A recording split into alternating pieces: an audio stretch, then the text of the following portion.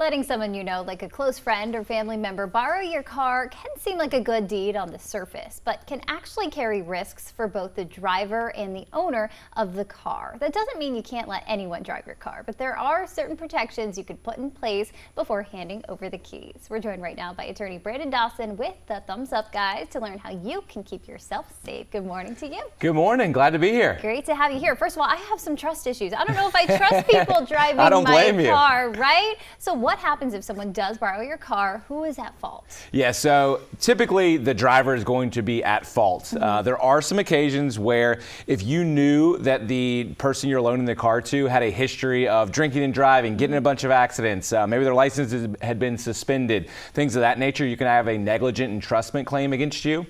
So we're always looking at that. If we see a driver of a vehicle that does not own the car, we're going, all right, like what happened here? You know, but if I'm letting you borrow my car and you're a great driver, then there's really no liability on me. That being said, your insurance travels with the vehicle. So if you're driving my car, my insurance will protect you. So that's the first layer. So if you do get, if I do give you my car, you get in a wreck, my insurance will likely be going up because you got in a wreck. It's going to go against my policy.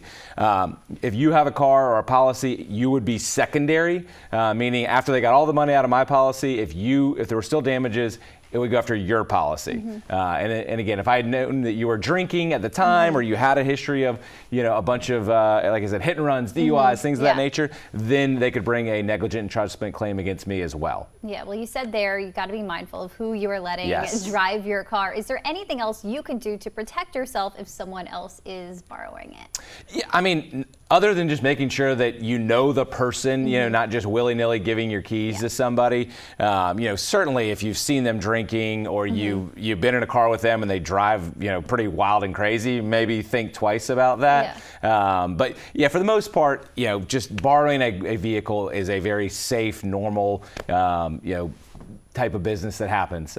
Friends let friends drive cars when they need them. So, again, just be careful with who you're letting drive the vehicle and understand that like your insurance is on the hook for whatever they do. So if they go crash your car and you don't have collision coverage, well, guess what? Like you're SOL. Yeah, okay. I did not know that that was a thing. So very interesting to know that the insurance does cover it. Yep. Travels with you. Yeah, thank you so much for these tips here. Guys, don't forget to contact the Thumbs Up Guys. Just go to inpaint.com or call that number on your screen.